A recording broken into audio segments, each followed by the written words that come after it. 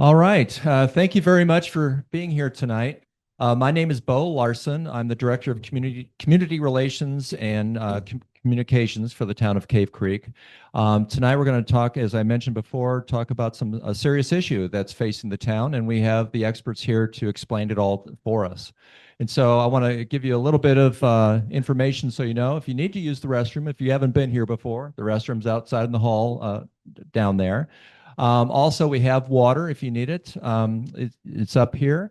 And then also, this program is being recorded. It's not live, but it's being recorded and will be on our YouTube channel tomorrow morning sometime, as well as a video with Grady Gamage, who's a water attorney in the state.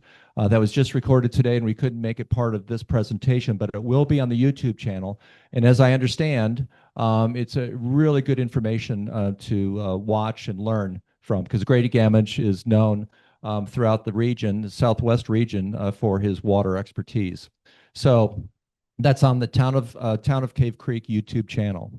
But as we get started here, I want to welcome you all again, and I want to introduce a few of our elected officials that are here. We have Representative or Council Member Tom McGuire.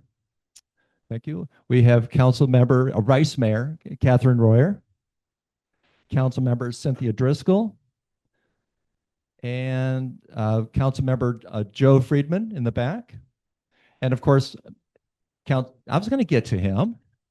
He's the big guy. I save him for last. And Mayor Robert Morris, who's right up here front. So thank you very much, and I'm sure I'll hear if I miss someone.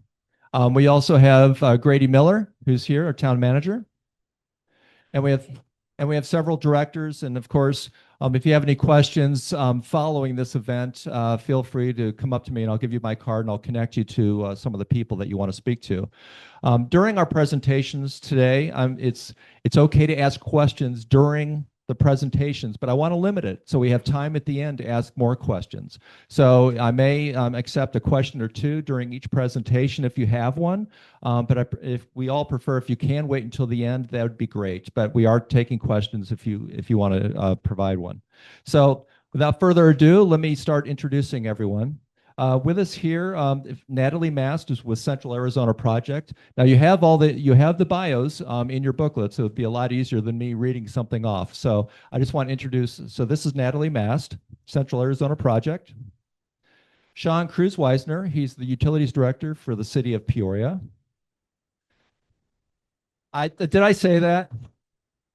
He used to work there. Yeah, no, Town of Cave Creek. He was in Peoria last night, signing off on a deal or accepting a deal that he'll talk about further, which is pretty cool. Michele Van Quathem, who's of the law offices of Michele Van Quathem. She's an Arizona water attorney, and she represents the town in our water issues throughout the region. And also coming is Brad Hill, who's our from Arizona Water Buffalo. He's a town consultant that works on our water issues as well with Sean and team here at the town of Cave Creek. So get that straight. So anyway, we're going to start off with a quick video that will provide an overview of what the town's been doing for the past 7-8 years, as well as the situation we're in with the Colorado River. And it's a brief video. It's about 7 minutes, and it'll give you a good idea, a good framework for everything that's going to be spoken about today. So with that, we're going to start the video.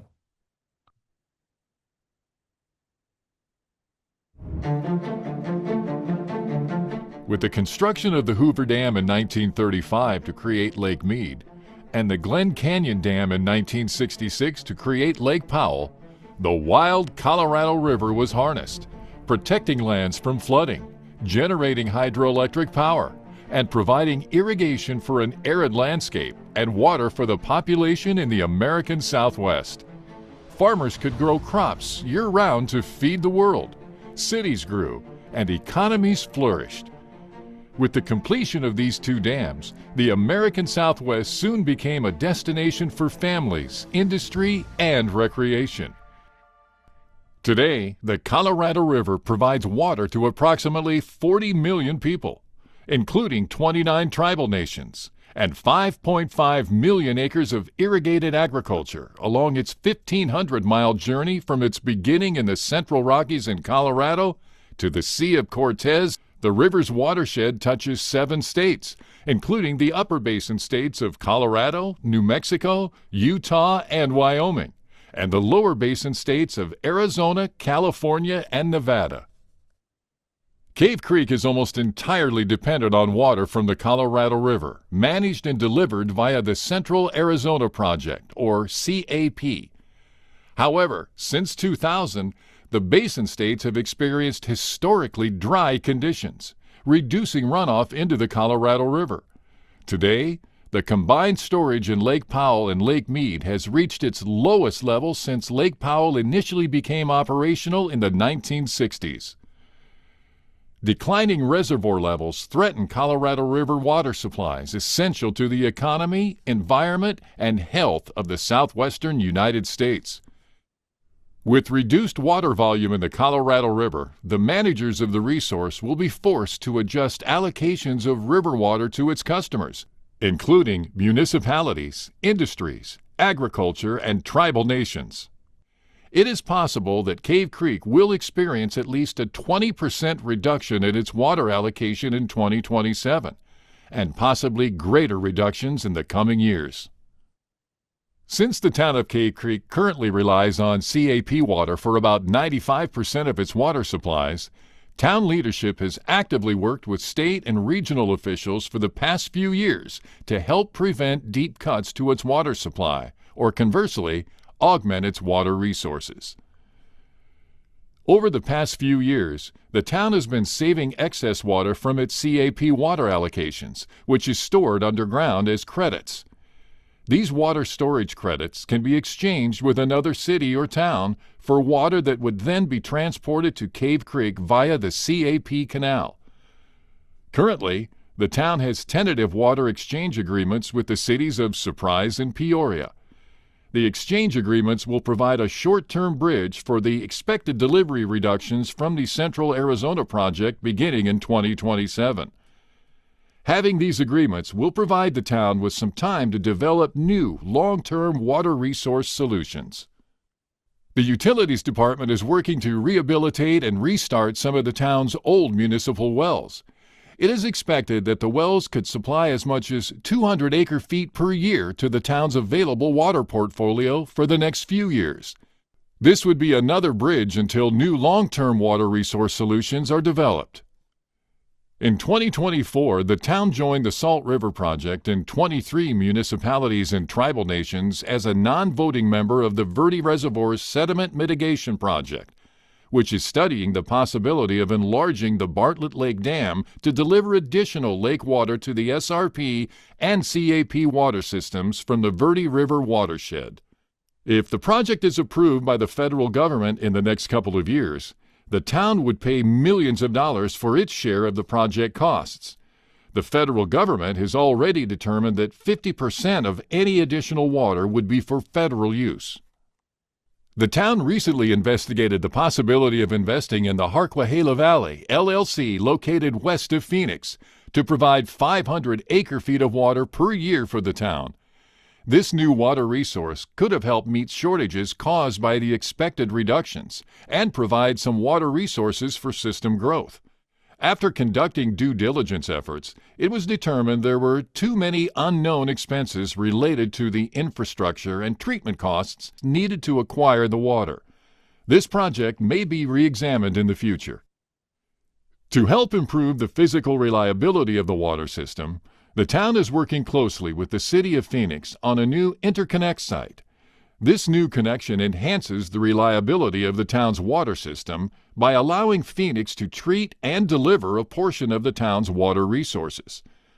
When completed in the summer of 2026, the site can provide up to 1.4 million gallons per day of treated potable water, approximately half the town's peak day demand.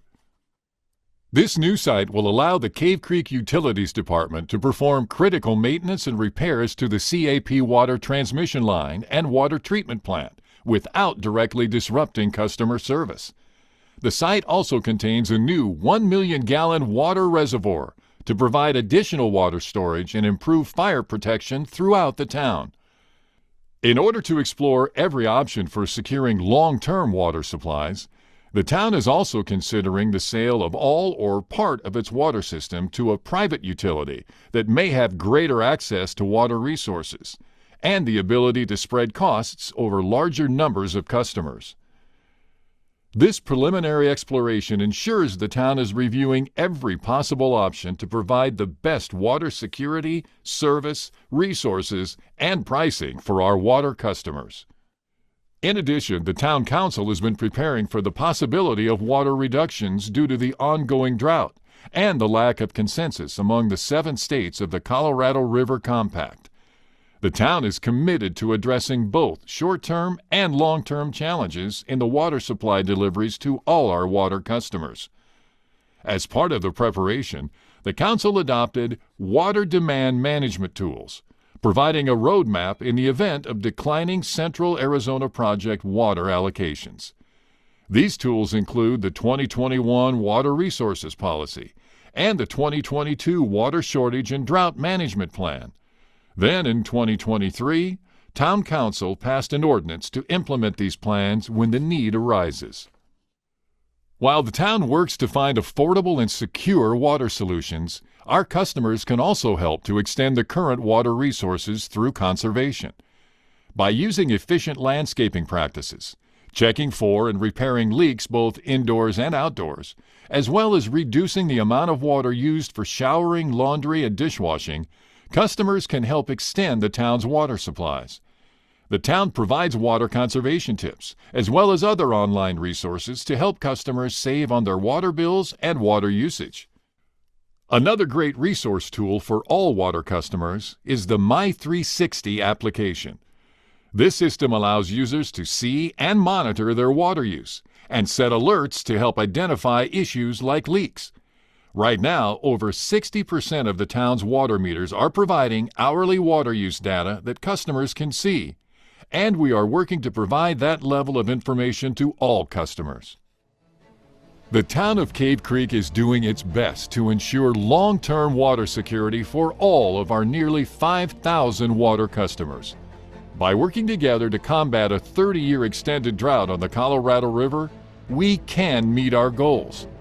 Thank you for your cooperation and understanding.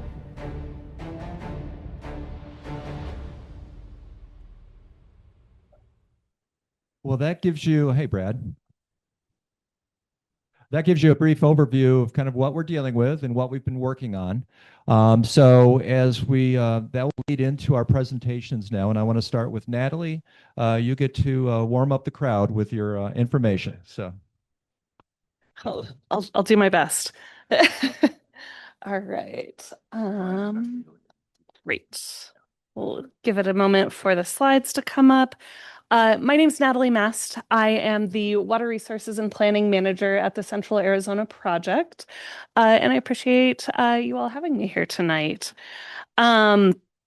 I'm going to be covering some background today on the Central Arizona Project and our water supply, where that water comes from, and I'll talk about some of the structures that we have in place to address some of the uncertainty with those water supplies. All right, so this is an image of the CAP service area. We are the organization that is responsible for operating the infrastructure that delivers Colorado River water into central and southern Arizona.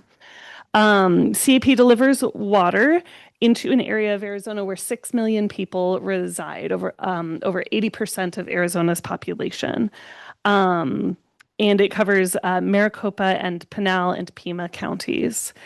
11 of Arizona's 22 tribal nations have rights to CAP water. So that's more than a third of the tribes on the Colorado River Basin that receive water through the CAP. The CAP actually delivers more tribal water than any other organization in the United States. You can think of us as an organization that delivers bulk water, raw, untreated water, And there's a lot that comes with that. And there are also a lot of other responsibilities that have been put on CAP as an organization over time. The first four bullets on this slide are related to that infrastructure and those water deliveries. We are responsible for managing our water users' subcontracts and the details that go along with those subcontracts.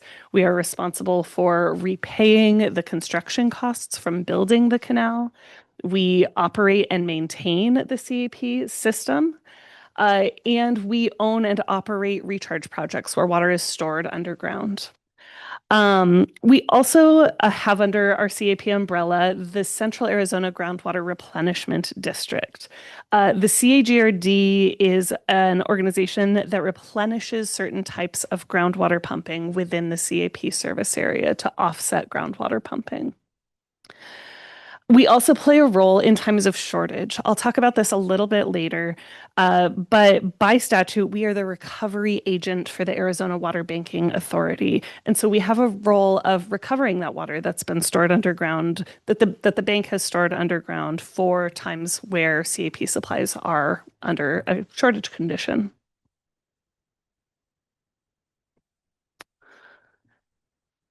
Arizona has several sources of water. I at least am going to be really focused on Colorado River water today because that's what CAP delivers. But Arizona also has access to groundwater supplies, surface water from in-state rivers like the Gila and the Salt and Verde rivers, and to reclaimed water in addition to that Colorado River supply. So when you hear in the news a lot of this talk about shortage on the Colorado River, it is important to remember that that's just one piece of our water portfolio as a state. When we're talking about when we're talking about Central Arizona project, we are talking specifically about that Colorado River water because, again, CAP is the organization that brings Colorado River water into Central and Southern Arizona. We in Arizona have the ability to use Colorado River water because we are a part of the Colorado River Basin. This map shows the states that are a part of that basin. The green, you can kind of see the green squiggly blob, I guess, up top represents the upper basin of the Colorado River. The yellow portion is the lower basin. And the Colorado River Basin covers 7 states and also includes Mexico.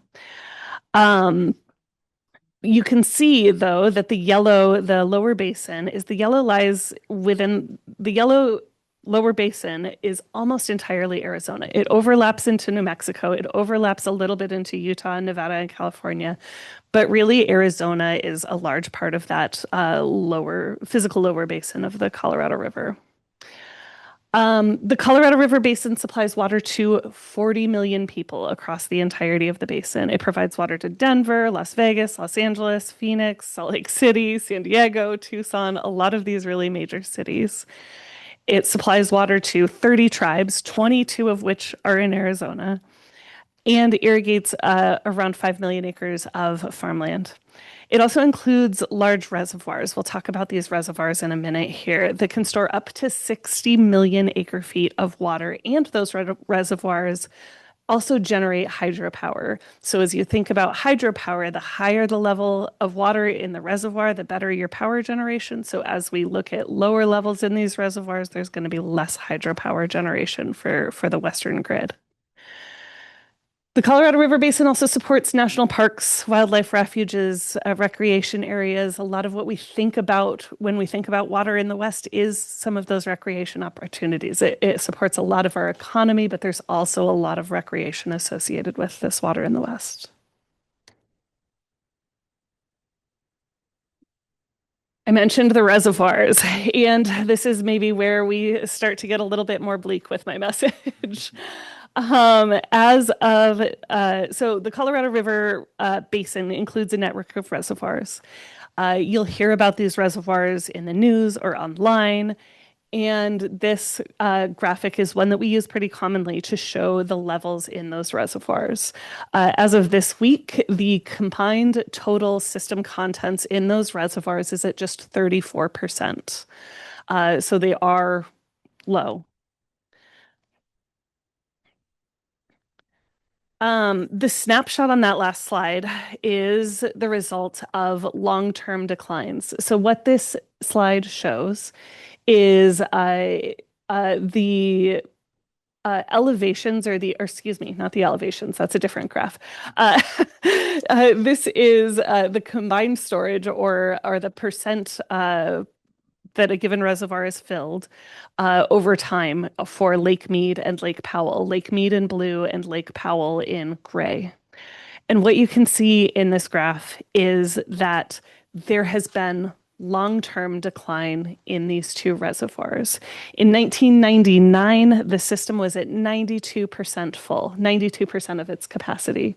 And as I said, right now we are at, I already lost track of that number. 32%. It changes every week. But we are also projecting that by the end of this year, by the end of this water year, that capacity will be at just 23%. How low do we have to go to stop the Hoover Dam from one? That's a really good question. And there's a lot of complexity to that.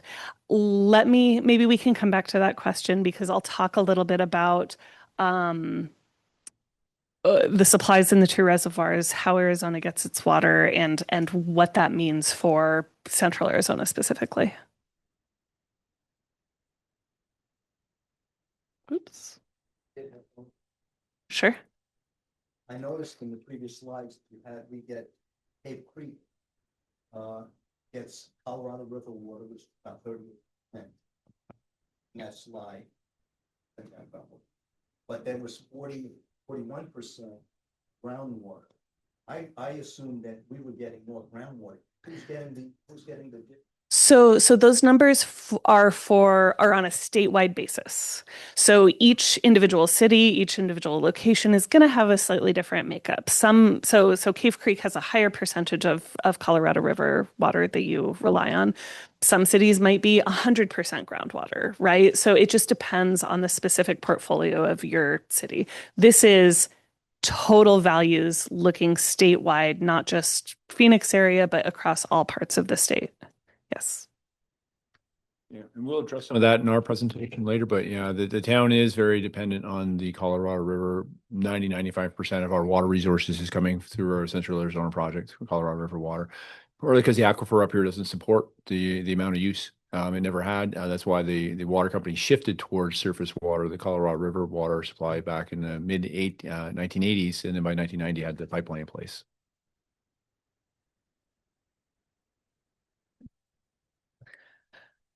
So one more chart, if you'll bear with me.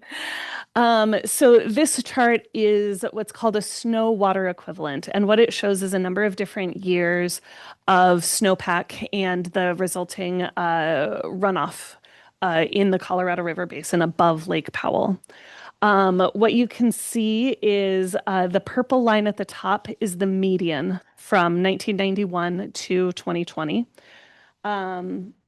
We then have 2025 in green, and the reddish color is 2002, excuse me. 2026, this past year, or this water year, is unfortunately the very bottom line on that graph. The long-term trend has been really challenging for these water supplies. There were already a lot of discussions being had on how to manage the river in the future and how to address the impacts of this long-term drought that we're in. And then this year really kind of put a point on all of that.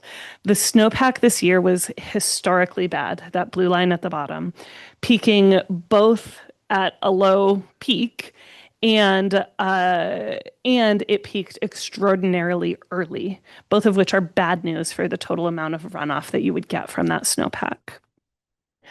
We've also been seeing this trend of a disconnect. If you look at the chart on the right-hand side of the slide, there's a disconnect between the snowpack and runoff, where even in years like 2002 and 2022 and 2025, with near normal snowpack, we're seeing very low runoff. So in 2022, there was 90% of normal runoff or median runoff, and there was just 90% of snowpack and just 63% of runoff. In 2025, there was 92% of snowpack and just 49% of typical runoff. So we're seeing this disconnect where there's much lower runoff even with relatively normal snowpack. I am not the appropriate person to answer that question. There are a lot of physical and technical reasons associated with that. There's been a lot of research done into soil moisture and that sort of thing. It's a great question. There's been a lot of research by folks who are much more qualified to speak on that than I am. But maybe the moral of that story or the message that gives us is that we are just in an era where there's less Colorado River water available. So coming back to some of the conversations that have been had around water supply and water availability on the Colorado River, what this all means for CAP water supplies. The basin states have continued to negotiate with the federal government through the Bureau of Reclamation, and those have been long and very challenging negotiations, and are made more challenging. Those negotiations are made just more challenging by this very dire hydrology. I can't necessarily comment on the long-term outlook for the river because those negotiations are still ongoing and because that hydrology has been changing so rapidly over the last number of years. But I can talk a little bit about what we expect for next year. We are working toward a lower basin deal for next year with shared reductions on the Colorado River. And I'll use the next couple slides to talk through what that looks like for the Central Arizona project specifically. Oops, keep switching. There we go. So before I get to actual supply for next year, a little bit of information about CAP and how water gets delivered within CAP's system. Colorado River water operates under a priority system, and there's also kind of a second level priority system within the CAP. You can think about this chart as filling from the bottom up. So that P3, priority 3 line at the very bottom is the very highest priority of water. Not all users have the same access to CAP supply. So different folks who receive CAP water might have different types of subcontracts or contracts for CAP water. P3 is the highest priority of water. You see Indian and M&I. M&I stands for municipal and industrial. Those two priorities of water are roughly co-equal and are the next highest above P3 water. Then you have non-Indian agriculture, ag pool water, and other excess water. The names of these pools have a lot of historical reasons behind them, but they don't necessarily neatly align with their actual uses. NIA water, non-Indian agriculture water, actually tends to be quite a bit of city and industry. There's some tribal water in that pool. And so the naming conventions maybe aren't quite as important as who actually holds the contracts or subcontracts for those uses. I do expect that Sean will talk about this a little bit later, but I'll note here that Cave Creek holds subcontracts for volumes of NIA water and also for M&I priority water. So, P3 is the highest priority of water. The P there just stands for priority. So that's the highest priority of water that comes in through the Central Arizona project. If you look on river within Arizona, there are higher priorities. So you have P3, P2, P1 users that are on river uses on the Colorado River within Arizona as well. So the P3 users within the Central Arizona project, there are a number of cities that have access to some of that P3 water through various agreements. That's right, Octin 2, thank you. Yeah. So So the information on this slide is still preliminary. Unfortunately, we do not have firm numbers for next year's water supply. But the lower basin states have been working with the federal government on a proposed plan for the next 2 years. That plan will have to be approved by Reclamation in order to move forward. But under that proposal, the state of Arizona would take a 760,000 acre foot reduction to our 2.8 million acre foot allocation of Colorado River water. And because of the nature of CAP's priority within Arizona, that cut would come almost entirely to CAP. At a straight 760 cut to CAP had previously estimated zero availability of that NIA water and a 20% cut to the M&I priority water and a 16% cut to Indian priority. You might notice that the numbers that I have on this slide are a little bit different, which is good news. This will be the first time that there has been a shortage to those Indian and M&I priorities. So CAP is working to identify some additional resources to reduce that impact for 2027 and help ease some of that transition. With additional supplies that we're still working to finalize, we have updated these estimates for next year, though, and we're now forecasting that the estimated cut to M&I under the lower basin proposal would be 14% for 2027 specifically. Sure. What would the residents see in terms of physical cut? Would we get less water coming out? Is there going to be an increase in water bill or? Yeah, maybe I'll let Sean take that.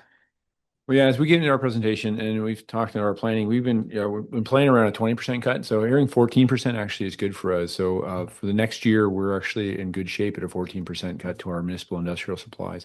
We don't want to take the foot off the throttle with things like water conservation and improving the system, but that helps us out and it gets us to the next, what could be future cuts. But, we're trying to keep everybody whole with water in their faucets, but we want people to use less at the same time. So. We are going to have the weather, massive El Nino coming out today. Oh. Fingers crossed. Good. Okay. Hey, Sean, what are you doing to address the code book issues? On the one hand, we know when there's severe water shortage, that the code book mandates you plant trees and plants in yards. Hidden Rock alone had to plant over 70 trees, over 700 plants, in spite of multiple conversations about the coming water shortage. We're going to address the code book issue and stop mandating people put it in if they can't water it. Good question. We've actually talked internally about that. The town does have landscaping standards for construction. The town tries to encourage or promote the use of low water use. And actually, if you read through the entire code, it actually requires that water get tapered off. So we actually are having internal discussions about that. If we don't require people to put landscaping in, then just have rocks. Do we want that? So where's the balance point? But if you actually look at the town's ordinances and the zoning code, it actually requires a tapering off. So we're probably going to be looking at that more closely and notifying people of their usage, especially for commercial customers and stuff like that, where they're separately metered on the landscaping. So it's something we're having internal discussions on, though. Yeah. Good question. All right. So there have been a lot of big picture discussions about Colorado River and shortage and CAP supplies. And there are also actions that, as kind of came up just now, that CAP and water users are more broadly are taking to respond to shortage. This can include conservation actions like using less water for landscaping, or storing additional water in reservoirs, considering demand reductions, water banking activities, storing some water for future shortage, and other innovative methods to both diversify and further secure our water portfolios. And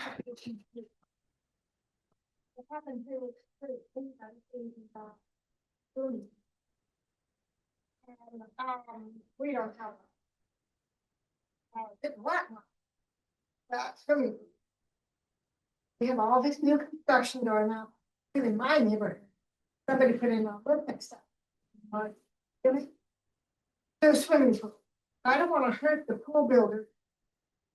But by the same token, swimming pool.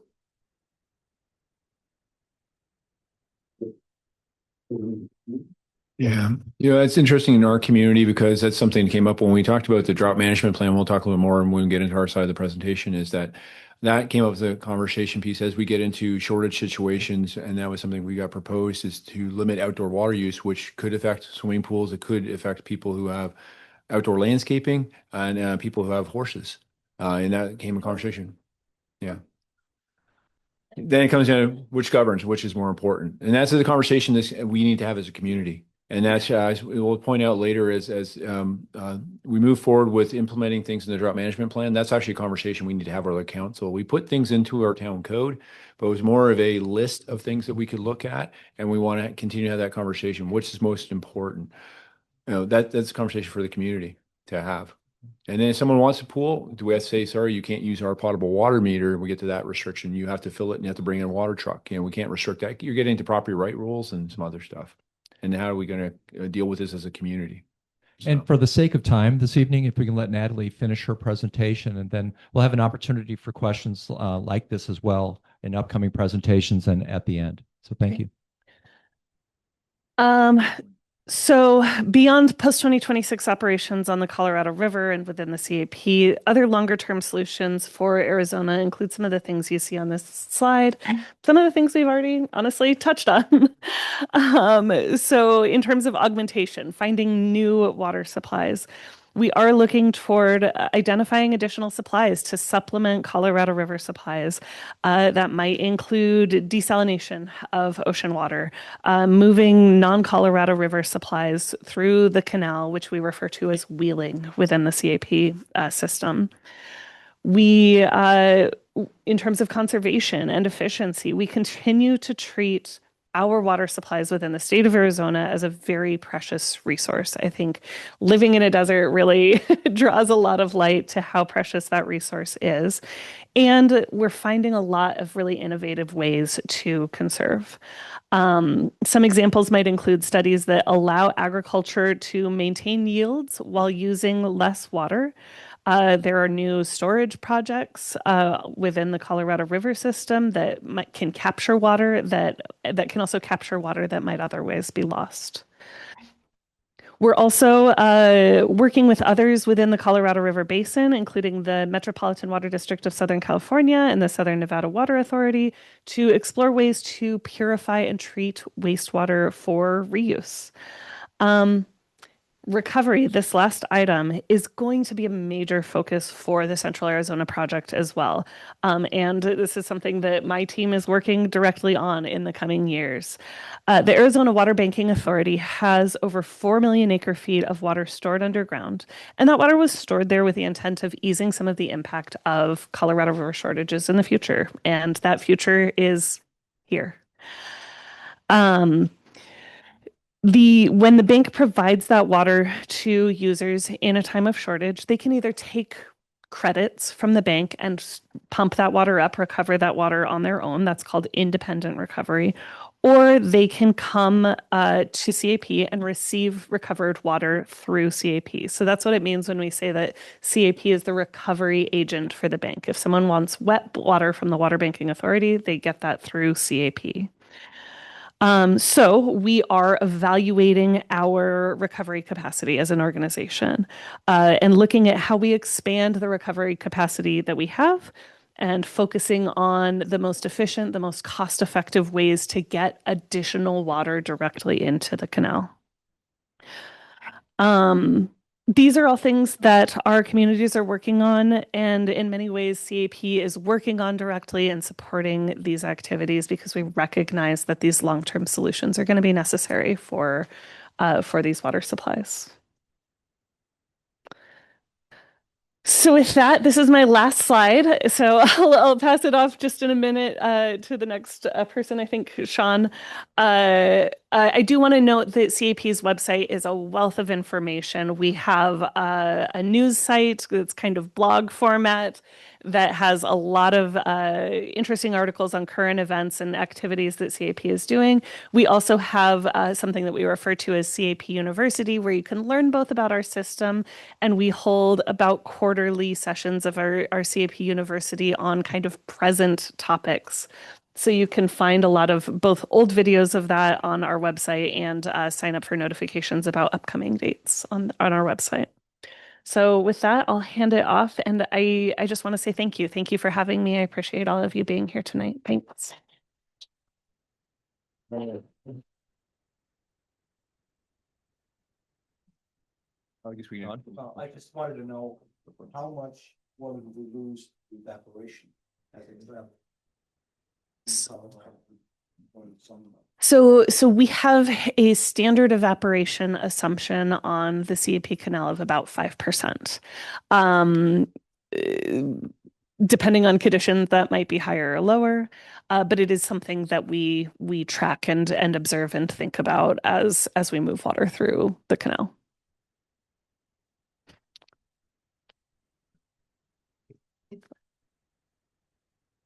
Thank you. Thank you so much, Natalie. And again, I think we should all be appreciative that the CAP is willing to come out and talk to us about this. And then what we're going to try and do is take what Natalie brought up as a statewide issue. They're the water provider for such a large number of people in the state, down to how does that impact Cave Creek specifically. And I'll start off just by saying, we are very dependent on our Colorado River water supplies. The town, the prior water company made that shift before even the town bought the water system, just because the groundwater aquifer up here was not sustainable for the growth. So they did that shift. And at the time, it was thought to be the renewable and secure water supply. Well, now that security has been in question, and we wanted to explain to the public how we have been working on that. We've had several conversations. Brad and I were up here in January, and this is just trying to reinforce to everybody what we're doing and give you guys information. So with that, Brian, can you break the slides? Okay. So we're going to touch on a lot of topics tonight, and went too far ahead. And some of it will be repetitive because, again, we are tied to the Central Arizona project. So we're going to talk about our supplies overall, which just reinforcing what you heard, how it's going to impact us, what we've been doing to plan for that future, and the things like the policies that we put into place to help secure the town's water resources. Utility rates are brought up. Again, that's always a discussion with us. We're providing a service, and what's the cost of that service? And we're going to wrap that all up and then hopefully take questions after that. So with that, I'm going to pass it off to Brad, and we'll probably read through these first few slides because it's been covered. All right, well, okay. Well, good evening. And my name is Brad Hill. I'm sorry I came in a little late. There was a lot of rain in northern Arizona this afternoon, so the monsoon has reached our northern part of our state, which is why I was just a little late. Thank you. So my background is I'm a hydrologist and a geologist. I've worked in the municipal business for 3 decades in Arizona or more, in Sean's job and in water resource planning. And in fact, Sean and I used to work together in one of those former cities. So since Natalie already went over this, what the takeaway here, I'm going to put it a little different twist for you, is there's 2 big reasons why there's an issue and why you're here today and we are here in front of you. One is it's administrative, meaning the rules that govern the Colorado River end this year. And we need to figure out, we collectively, Central Arizona Project and the state of Arizona, need to figure out with the other basin states what that looks like. The second reason why we're here is what Natalie really emphasized, and I will too, as a hydrologist, is it's all looking different today, the hydrology on the Colorado River Basin, and here in Arizona as well. But if I can't leave anything for you, those are the 2 big reasons. There's an administrative challenge and there's a hydrology problem. And I won't go over this because Natalie, I thought, did a great job. However, I will say this came from the Department of Water Resources like a week ago, and it's already gone down 1%. So just interesting. You said it was changing, and it absolutely is changing. Here's a little different look at the hydrology. So what this is it's a graph, and I wouldn't be any good scientist if I didn't provide at least one graph. Actually, I'm going to show you 3, but this one's a very important one, I think, that helps illustrate. And so the bottom is time. The left side is time since Lake Powell was created in 1964. And then the right, and then over to the right is 2026. And then the vertical axis is volume. Every single bar on there represents how much flow flowed into Lake Powell as what's termed unregulated. That doesn't really matter. That dashed line across is the 30-year average. So really what this tells you, in the last 15 years, the flows into Lake Powell have only been 3 times above average. And as Natalie talked about, the far right has a red, a black, and a green. That's because the federal government does projections. The green is what they think.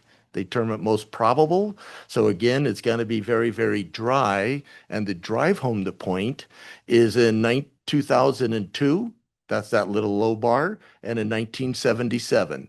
That's that other low bar on the far left of this graph. So we're talking those times, for those of you that remember 1977 and 2002. That's the significance of what we're trying to convey in terms of the hydrology side of the issue on the Colorado River. So the administrative side of the challenge, as I mentioned, is the, excuse me, this is not, that's the next slide. So the Colorado River reductions, because of the hydrology, the Bureau is going to come out the end of July and tell CAP, the state of Arizona, what the shortages are going to be, how much the reduction. Natalie referred to it. We all think it's going to be 20%. And if Central Arizona Project can mitigate that to 14, that would be wonderful for a town like Cave Creek. But we'll all find out what it really is going to be in July. Now, the nice thing is it doesn't come into effect until January. So that gives us time. But in the water business, we wouldn't be doing our business right if we were just going to wait for 6 months to hear the news and then go scramble to try to figure something out. Nothing happens like that in the water business. We work really, really slow. And it's intentional that we do so. So the town has actually been working on this problem for several years. And if there's not anything we can convey out of here is you have a great utilities director, and we've been doing a lot, and water lawyer, we've been doing a lot of work to help mitigate what the shortages are going to be, at least in the near term. You still have challenges in the long term, and I'm going to emphasize and show you that, but at least in the near term. Natalie already mentioned about the proposal, so I won't say anything more on that. So here's some supplies. We just talked about the Colorado River Basin. Now I'm going to drill it right down to what's important to you and here. And Cave Creek. So we have about 2,800 acre feet of volume of water. An acre foot is a term we use. We don't like gallons. It's too big of a number. Acre foot is 1 acre, 1 foot deep. That's how we term that. So what's that volume? You don't need to know the gallons. Just that's how you come up with that number. You heard Natalie mention municipal, industrial, non-agricultural, Indian non-agricultural. So the city does have those water rights to those. We also have groundwater, but as Sean alluded to, the geology, you're on the edge of the basin of what we call the Phoenix, the Phoenix Basin. So there's a lot more water down there than there is up here. You're on hard rock up here.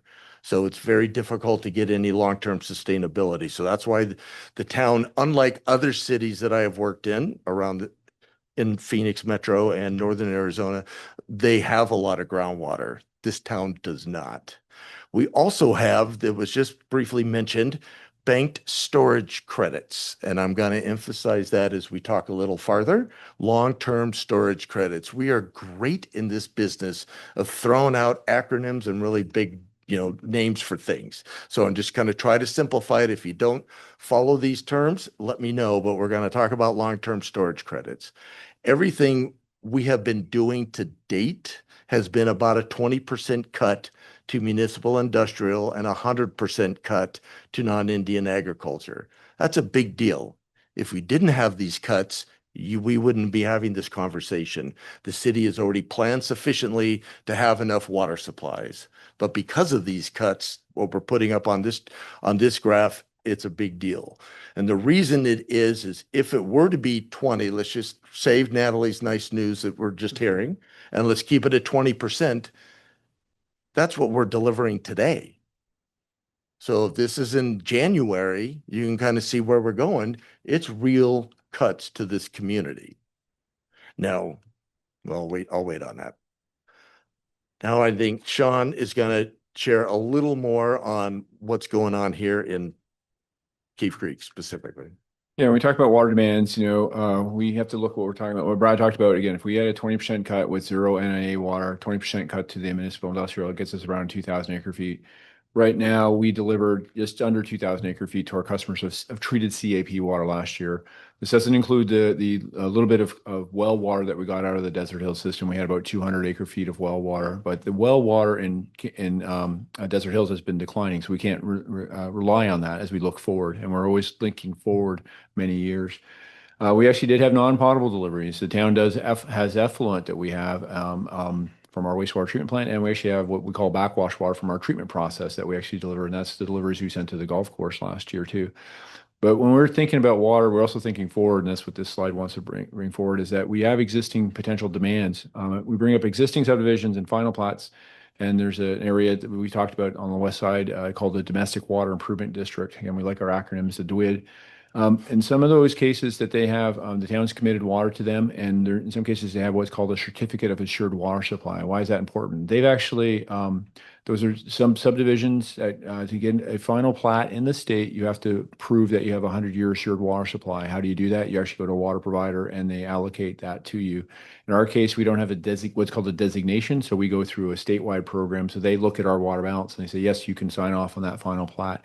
That's actually a contract for them. So when we think about future planning for demands, we have to account for that because that's a legal document. In some cases, those properties that signed on to a certificate of assured water supply actually help pay for the water system.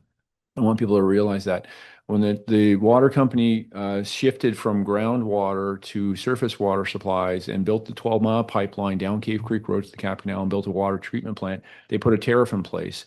That tariff was largely paid off by the subdivisions that actually got certificates of assured water supply. So we have to think that, and in fact, we wouldn't have the system we had today without some of those future developments that are on the books, but we have to plan for that. That's over 800 acre feet between the two water systems of those contractual obligations we have out there. And we also, when we did our master plan, we looked out, if we continued to allow connections to the system, what could that potentially be? And just looking out 500 feet from our existing distribution system, and in a lot of cases, our lots are, an acre or more, so you can have a 300-foot wide lot. That's a couple of acres deep from our existing system. That's another 500 acre feet of demand we could potentially have on the system and all the infill. So it's something that we need to be cautious of, that when we're looking at today's demand, but then do we have future obligations we need to meet? If it gets dire, the town's going to be an interesting or bad situation where we're going to have the conversation. We can't meet those obligations. What do we need to do? But we just want to show you that when we plan at both levels, what we have today and what we need to have to commit to in the future. When those other commitments will be there, that's part of the crystal ball, and that's some of the magic we need to do and look at. Yes. Between potable and non-potable. Potable is drinking water. Non-potable is something you shouldn't be drinking. So.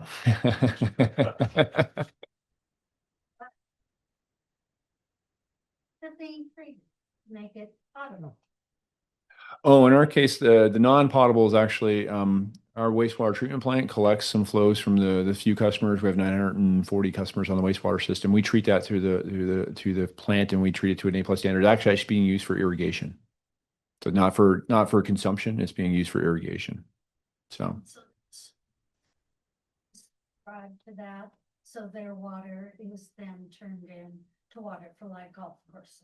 in fact, the town's commitment is the Wrenchman Golf Course gets the effluent right now. We have a contractual obligation through 2049 to actually send them the effluent from that plant. So, yeah. And a lot of jurisdictions will have that. If you know Scottsdale, they have a lot of their golf courses. A lot of those golf courses help build a reclaimed water system that they get the reclaimed water deliveries from. So, thank you for the question.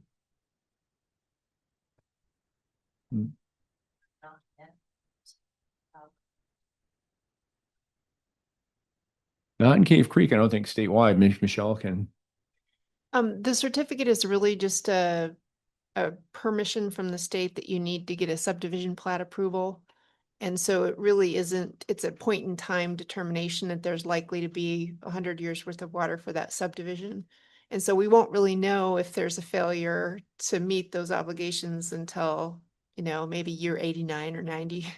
So there could be, but it's really just an opinion looking forward. Does it look good? And they do a pretty rigorous review. And if they agree that it looks like that there's a responsible source of water for this subdivision, then they give them the certificate.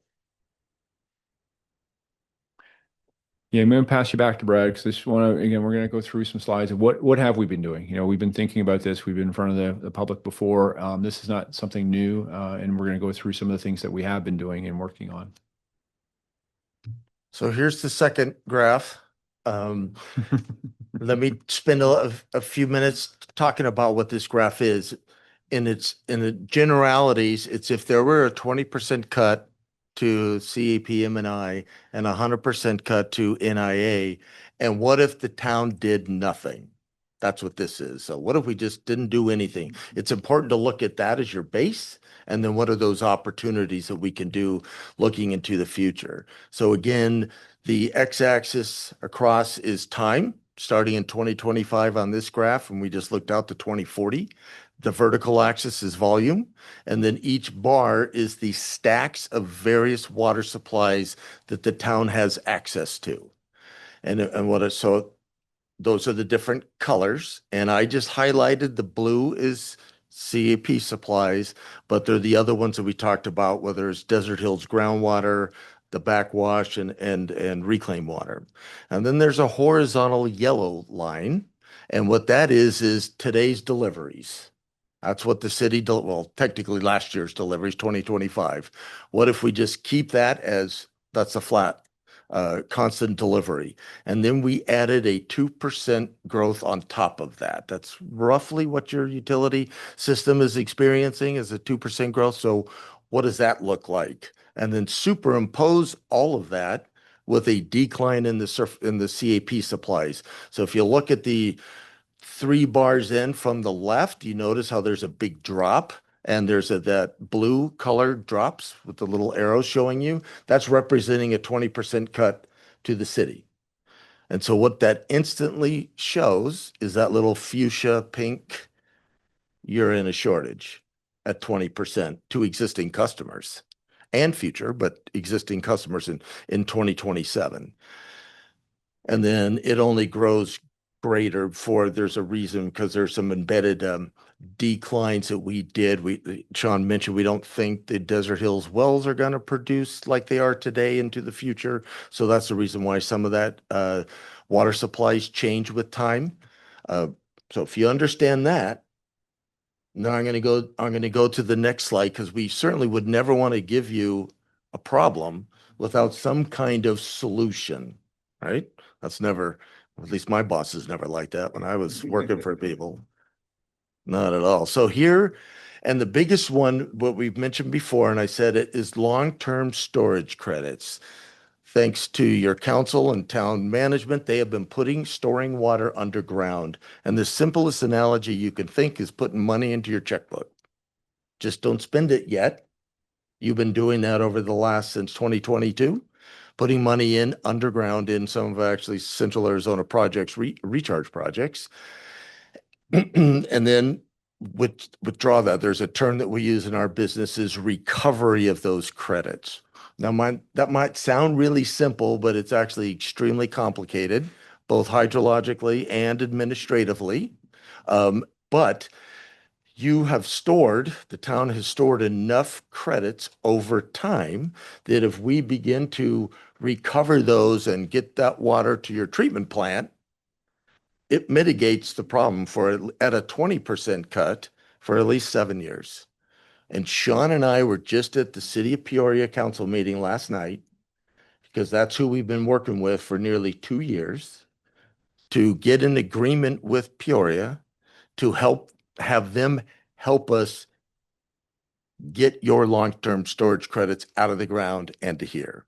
Technically, the molecules won't be the same, right? It's called an exchange. Again, we're a little complicated here. And so that's a very significant piece of that we're putting the administrative parts together. And it's before your council next week, the same agreement. Peoria has to approve it.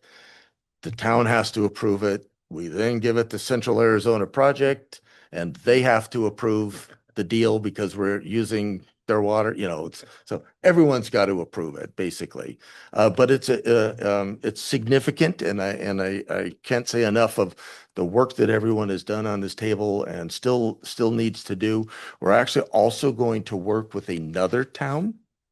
City is surprised. They've been willing to the conversation. And I'll just kind of share with you because what they have all said is if one town in this community, in the state, lower part of the state, fails in terms of can't deliver water to its customers, everyone fails. And so that was told to their council and to Peoria's council, and they all got it and they voted 7-0. So that's a big deal. And you'll see it on the news tonight because I got called by Channel 12 today. They're interested. Yeah.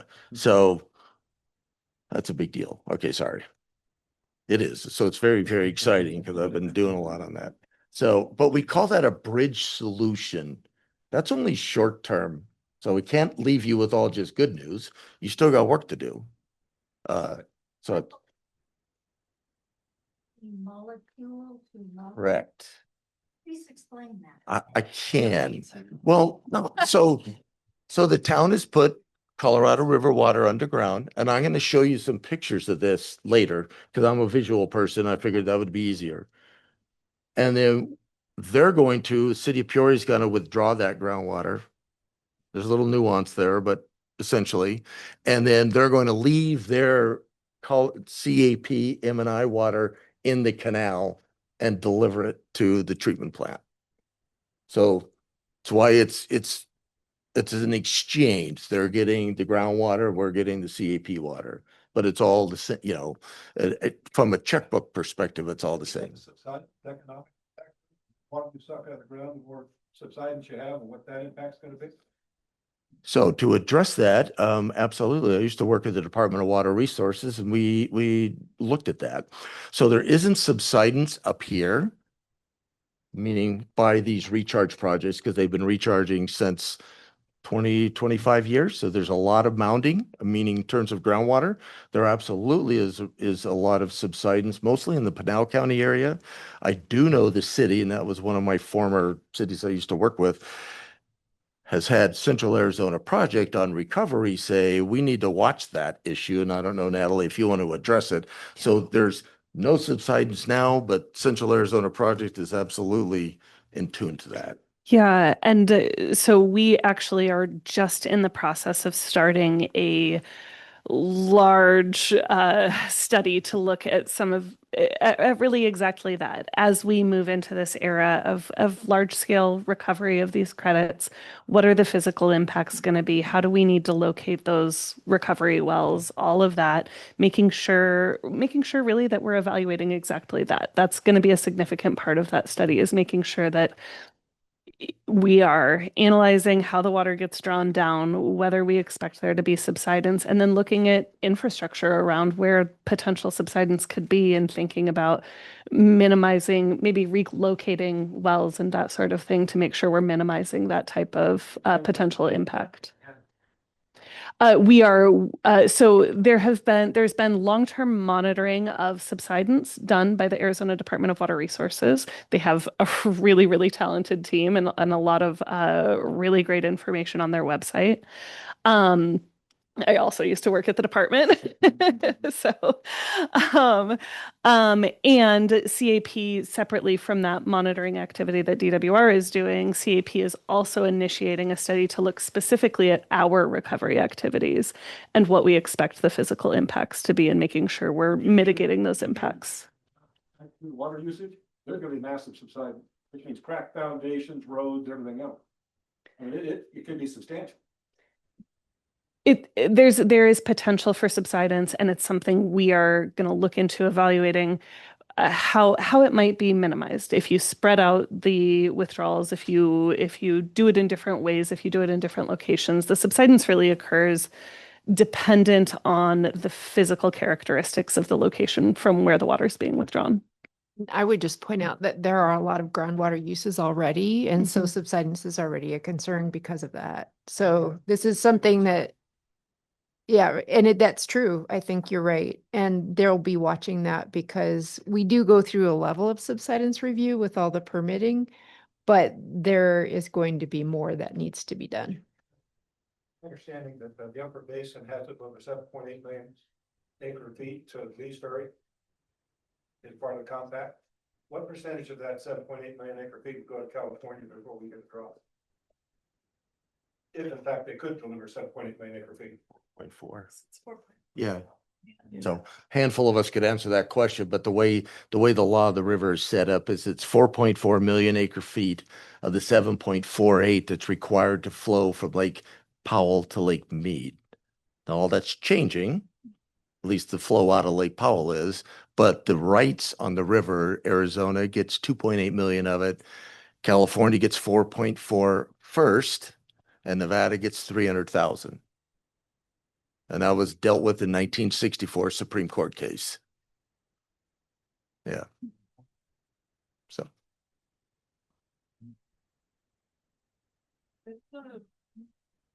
That are happening on Colorado, should we be able to, should we be able to expect any changes to the basin supply or the allowances to like different municipalities and industries like agriculture that could help change things by 2034 when the credits run out?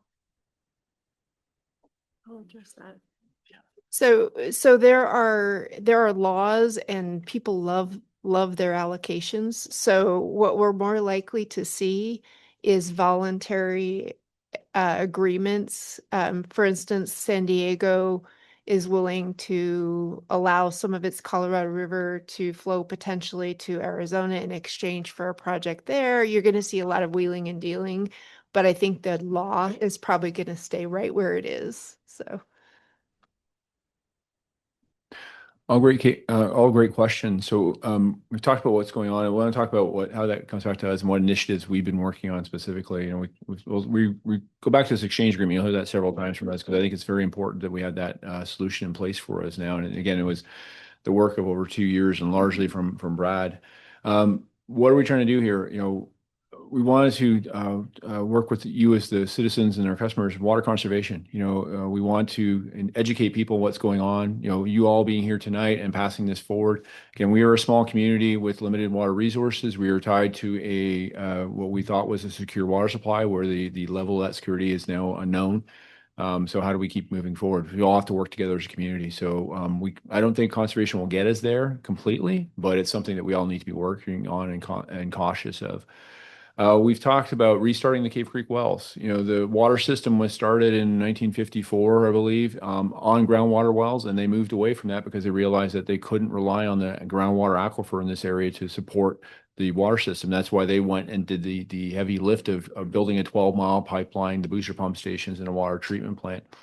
Desert Hills has a few wells, but those have been in decline too. So it's a stress point. We're on the upper area of the aquifer. And in fact, we were in the Cave Creek Carefree aquifer up here, and we're actually on the shallow end of that aquifer. So while we have a large wash that runs through here, we can't rely on that, and we can't rely on that as a reliable water supply. So we are trying to restart some wells. We're actually done some well testing. We're actually trying to work on there's a water line that used to convey the raw water well throughout the town as we've been mapping it out because there's actually very limited mapping on it. And we've actually, every time we test it, we break it. So we're working our way through the system. But our goal is to get that online and bring some wells back online to help us get some groundwater. Then we have to figure out where that water goes to and best use of it. Water bank recovery. That's a huge thing. You'll hear that a number of times. We have put water in the ground. It's getting that water back out specifically for Cave Creek. Natalie mentioned that they do it at a larger level, but we needed to have some assurances that we had access to the 3,000 acre feet of water that we put in place. That's why we're working with Peoria and working with Surprise to get that out. We will continue to work with CAP as they move forward with their recovery projects and as being able to access the water bank authority water that's been put in the ground. And the town has, it's sort of big thing in the room. We've evaluated the ability or selling the water system. Why would we even consider that? Water security.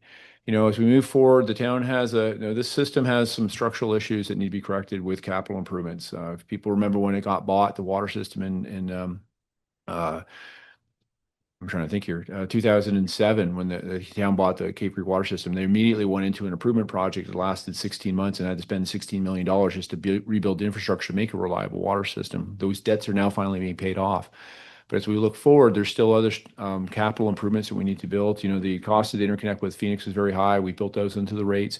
But as we look forward and have to look to purchasing new water resources, it's very expensive. Can the town do both? So it's a discussion that was asked of us. It's not a done deal, but we were asked to evaluate as staff. We did in the fall, we did a solicitation of selling the Desert Hills system specifically. We looked at those numbers, and the council direction we got was, well, they weren't as beneficial as we thought they were. So what would it look like if we sold the entire system? And again, it's maybe looking at for water security as 4,100 water customers. It's hard to play in the big picture. We're talking interstate agreements and all that. So if we were part of a larger water system, could that actually help water security for the customers?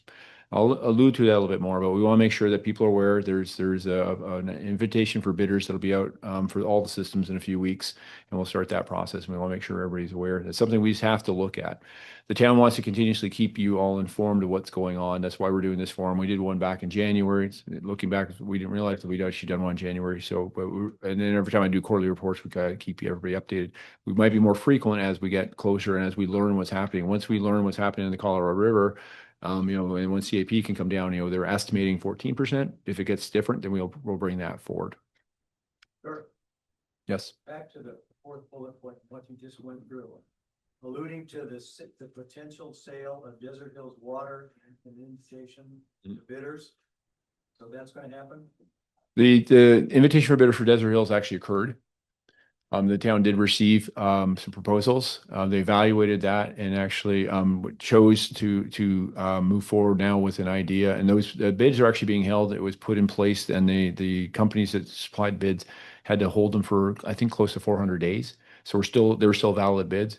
What the town is looking at now is doing an invitation for bid for all the utilities: Cave Creek Water, Cave Creek, Desert Hills Water, and Cave Creek Wastewater. And the town's not required to accept a bid. Yeah. This is just an invitation to look at them. So. Yeah. His neighbors that live in Desert Hills who are certainly concerned. Our water supply is it's pretty frightening with only reliance on wells that aren't delivering the way that they used to. Agreed. And again, that was where, again, the initial thought was, the water resources that are actually being used to support Desert Hills are actually what were the Cave Creek Water Company, CAP water supplies. Desert Hills didn't have any allocation. So ever since we bought the company and before the company was purchased, there was Cave Creek was sending water over there. In fact, people in remember in 2006, I think it was, there was actually an emergency interconnect up to Anthem, because the wells weren't producing out there. So they had an interconnect with Cave Creek Water, but they had to do a second pipeline up to Anthem to get water from Anthem to keep it going. I think it was in place for like 18 months. So, yeah. Can you give us an update on the status of a nuclear desalination plant, Rocky Point piping water in? It's been discussed for a decade. Do we know where that stands? I do not know much about that. Maybe Michele. It's always on the horizon, but it's not there yet. Okay. To keep moving, can your question wait just a little bit? Thank you. And other projects we're working forward, the exchange agreements, will sound repetitive, but that was such a key thing for us to get access to that stored credit. We've been looking at the Bartlett Dam project, and I got a slide that'll help get more details. We did an evaluation of the Hartkehala Valley that was alluded to in the video presentation. I'll explain that again. We did a due diligence period, just like we go if you're doing purchasing a property. And in January 2026, we actually came to our council and did an evaluation. We elected not to move forward for specific reasons. I'll get into that a little bit more. We're looking at additional agreements. We're always keeping our eyes open for, is there other water exchange agreements out there? And is there ability to purchase more water resources? that's a tricky question because you have water resources on the Colorado River, and the amount of water available in the river is decreasing. So what contracts are out there? But that's something we watch for. Between Michele and Brad, we have a very great team here to keep things going. And I'll point out, Brad mentioned me specifically before about keeping things going. Your utility staff is amazing here. So we've got some staff members in the back there. So yeah, it's pretty good. So, yeah, you got dedicated people here. Conservation outreach, Cactus Charlie. We came up with something unique for the town. We're trying to goal for ourselves of 5%. We're trying to look at that to work with our citizens to reduce that. We're trying to come up with a unique theme. Our utility advisory board actually came up with the Cactus Charlie theme, and we're trying to look at working with our highest water users. We're still currently developing the programs. This year's been good for doing stuff. Doing the outreach has been a lot of great things in our utility advisory board. And I'll mention that we actually have a consultant who's actually helping us really dive into that. We talk about what's in the drought management plan, and sometimes there's confusion about that because we went through that process in 2022, and in 2023 we did some town code changes. What we put in there was actually just a list of options, and I don't want people to think that yes, when we get into a severe drought situation, it says in town code that no more outdoor water use, and I think it listed specifically and use for pools. What that was is an intent to give a list that the council can then do to then react to. So it actually takes council action to go back, and actually we'll have to have a conversation with them and say, yes, we are in severe enough drought that we do believe that we need to do not go beyond voluntary restrictions into mandatory restrictions, and what does that look like? And the town council has to agree to what that menu is going to look like. So I want to make sure everybody's aware of that, because I've heard that people are concerned that we are going to require people to drain their pools or not have, horses or something like that. That's not the case. It's going to be something that we have to decide as a community. It's in town code to give council some direction, but that's going to be a conversation we need to have.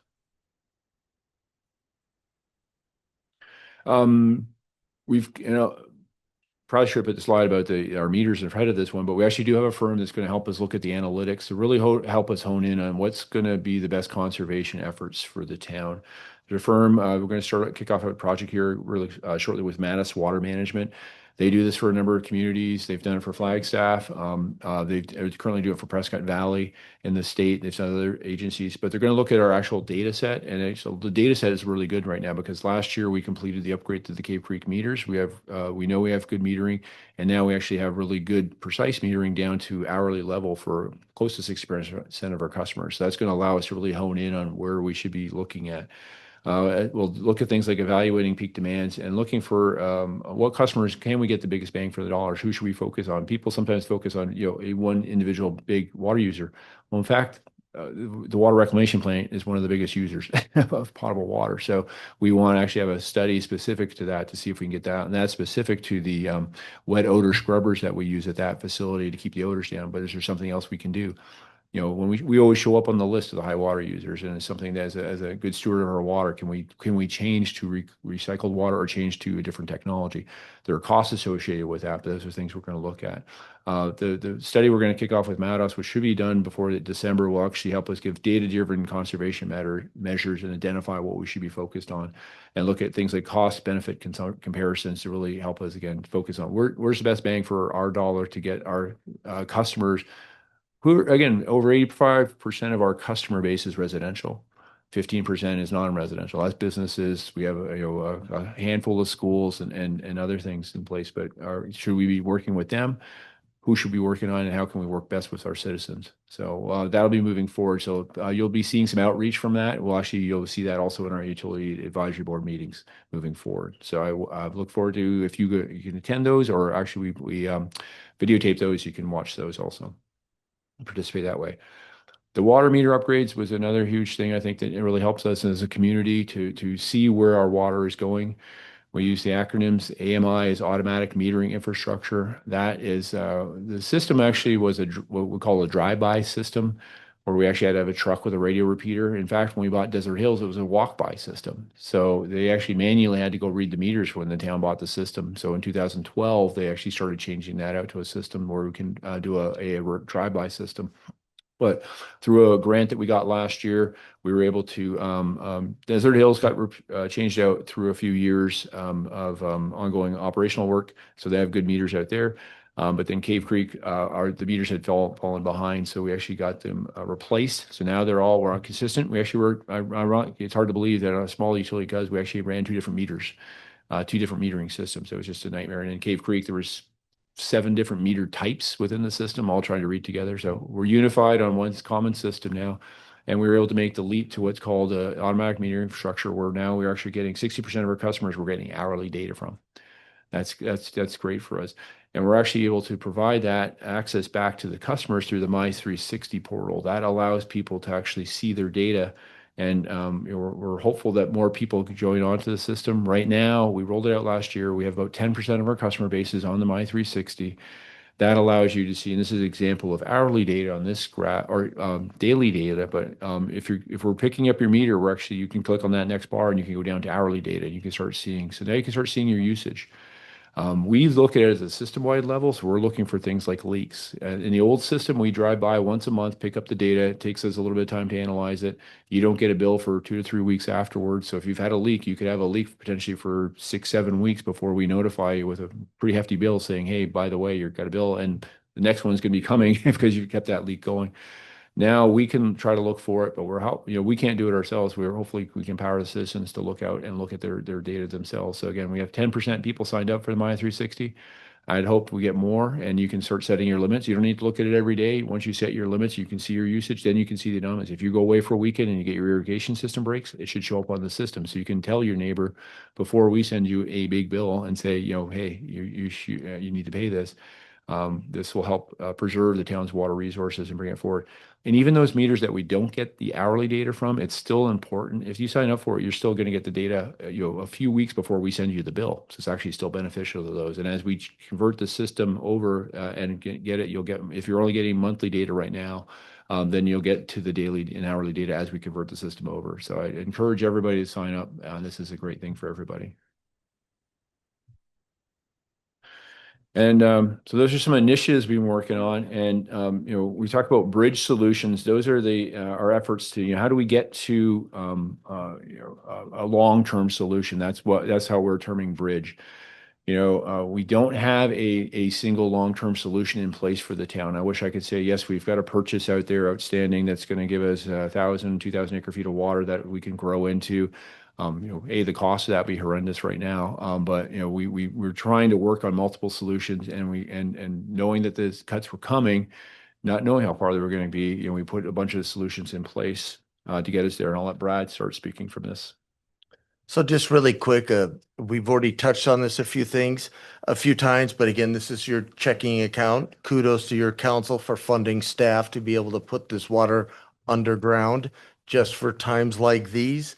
But the challenge was, how do we get it out of the ground? And that's the piece that we've been working on. You've also been heard about the Arizona Water Banking Authority. I think I mentioned that earlier. So that was a statutorily created entity, essentially within at the state level.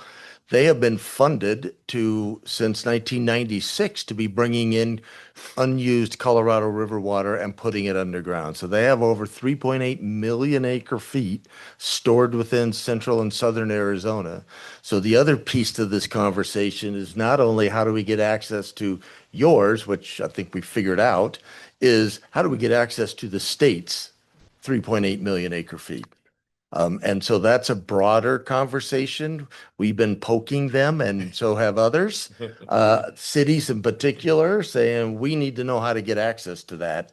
And I just watched her present last week at the water bank meeting or whatever it was. So you applauded about these exchange agreements, and I was kind of excited. I'm sure the whole team was, because that is such a good thing. And let me just leave you with these pictures, because I was always, what do we mean by putting water underground or as a bank? So Natalie showed you the CAP canal. The 3 different colors on there are the 3 service areas that blue line goes through. Excuse me, the 3 county service area. There's 2 red dots and 1 yellow. The yellow is where we're at, roughly. The 2 red dots are where these recharge projects are. The hieroglyphic mountain, or the one on the left to the west, the first one on the canal, that's essentially located in the city of Surprise. So they have the infrastructure, they have wells adjacent to it, etc. You don't. Cave Creek doesn't have wells way out there. So we need to do this kind of an exchange. The Agua Fria is in the city of Peoria, roughly, and the same thing. And these are CAP recharge projects that other cities and the town have leased capacity and our own capacity. And that's what I mean by you've done a bank account. They're right offline off the CAP canal, and they infiltrate the water into the ground and ready to be recovered at some other point in the future. And the beauty of these exchanges is you don't have to find a well site, you don't have to build a well, and you don't have to pipe it to the canal. That's what's wonderful about having other city councils approve using their infrastructure. Now you're paying for that, but it's a reasonable price compared to anything else that's on the market. And so with that, I'll kind of leave you with that vision of what we mean by recovering long-term storage credits. Oh, sorry. Yeah, we're also trying to keep our eyes out for larger things. Want to bring forward one thing you might have heard in the news. There's been a lot of discussions in the news.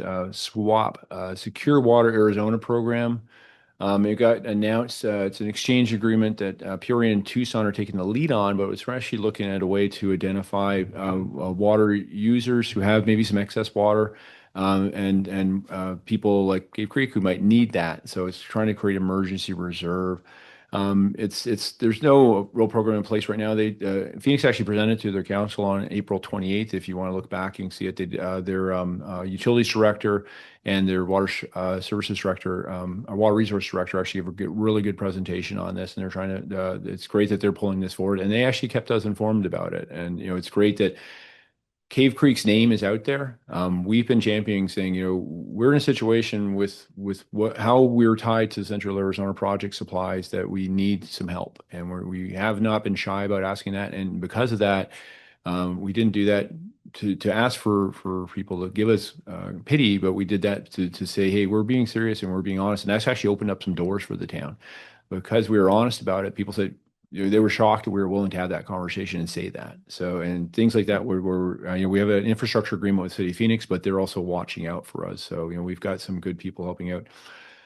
SWAP's one program. We've talked about interstate. There's in the news recently, there's the three lower basin states we're talking about exchange agreement to try and keep water on the river to help support the reservoir storage on the river itself. But that still has to be agreed to by the federal government. I hope they do allow something like that, but we're always keeping our eyes. Again, you got a great consultant team here who helps us and informs us of when we need to jump in and what we might need to do. You may see something show up on an agenda item because we might have to enter into an agreement where we have to get into a non-disclosure agreement to talk about something. So there's a lot of activity behind the scenes, and sometimes we can't mention it because we're not sure what the details are. We just keep our eyes out there. Yeah, Sean, Yeah. that hurt. So on the interstate exchanges, I just wanted to make the point because we talk about these long-term projects. We talked about the Harquahala with the council, and I just want to reemphasize for everybody, they're extraordinarily expensive.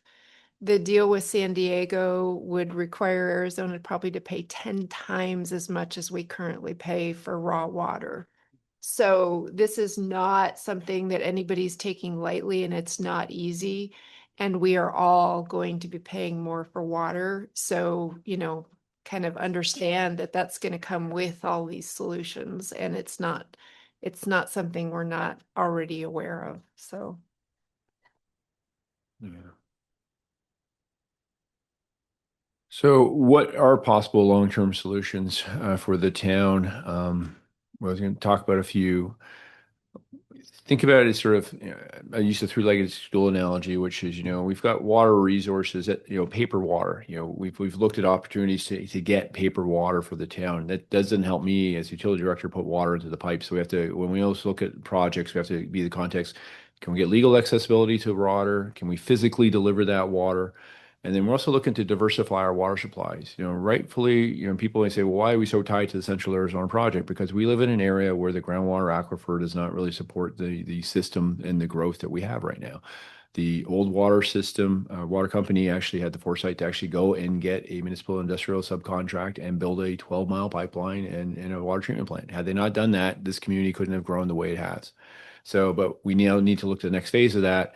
Again, they did that assuming it was the renewable long-term water supply. Well, the security of that water supply is in question. So now we got to feel the next phase, and getting a diversity is what's going to be key for this community. You got in quotes there, all the inexpensive, easy water has been developed. New long-term supplies are going to be more legally challenging and expensive, as Michele pointed out. You know, the easy water is gone. So and then we're always looking for this community, again, how can we get something that's going to meet our abilities to pay for it? We already have high water rates, and we're very cautious of that. We're very conscious of that. A couple projects we did consider, or are part of considering, is the Bartlett Dam project. And quickly, graphically, it started off as a drainage project on the Verde River. You have the Bartlett Dam and the Horseshoe Dam. The Horseshoe Dam has sedimentation in it, so they can't actually get the stormwater capacity that they need on that system. So they went to look at raising Bartlett Dam, and when they raised Bartlett Dam, they started looking out saying, hey, if we're going to raise it, if we raise it a little bit more, there's actually more capacity here, and can we actually store water for other agencies? So typically for Salt River project, Verde River flows into the Salt River project, you need to be on what's called on project lands. The town is not on project lands. Those are lands that can be served by gravity flow from the Salt River. We can't get that. But by entering into the Bartlett Dam, we can actually get access to that system now. But it's not cheap water. We requested 1,000 acre feet of storage. That would cost us today, the estimate that they've given us now is $11.5 million to get that 1,000 acre feet, but we're not going to get that reliably every year. What they said is that's the maximum storage, but annually you can assume 286 acre feet. So it gets to be very expensive water for us, but it helps diversify our supplies, which means one of the criteria we're looking for. It can't be used for growth, so it can't be tied to a new development agreement or a new subdivision, but it helps back up our water supply, so it's very expensive. The future ongoing cost of that water, the operational costs, and then for us, how do we get access to that? Well, we've had conversations with the city of Phoenix because they do have Salt River project treatment plants. So while we have an IGA with them to treat and deliver our CAP water, they said they would entertain if we were to continue with Bartlett Dam to actually modify that to take our SRP water. Then we'll have another cost. So we have some mechanisms in place, but we don't know, and they haven't given me what that cost would be. We are part of the project. It's going through what's called an environmental impact statement. That's going to be completed sometime, we think, next calendar year, and they're going to be presenting that to the federal government. The way the project is structured right now is that they're trying to ask Congress to fund it. Federal government says they'll help. At this point, Bureau of Reclamation asks for half the water that the project provide. They'll help secure half the funding, but we have to come up with the other half the funding. And the way they want to do it is actually have the participants have the funding available before course of construction. So that sort of ties us together. So by the end of next year, we're going to have to make that decision. Do we stay in or out of this project?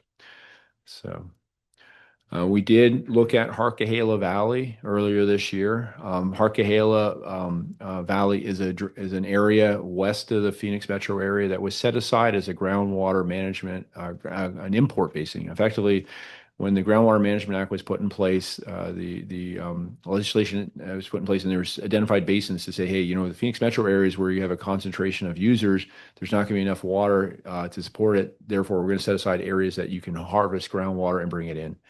That's the gist of Harquahala Valley. So we looked at one project out there. It was going to be for 500 acre feet of water per year ongoing. And just the paper water rights to that water was $11.25 million.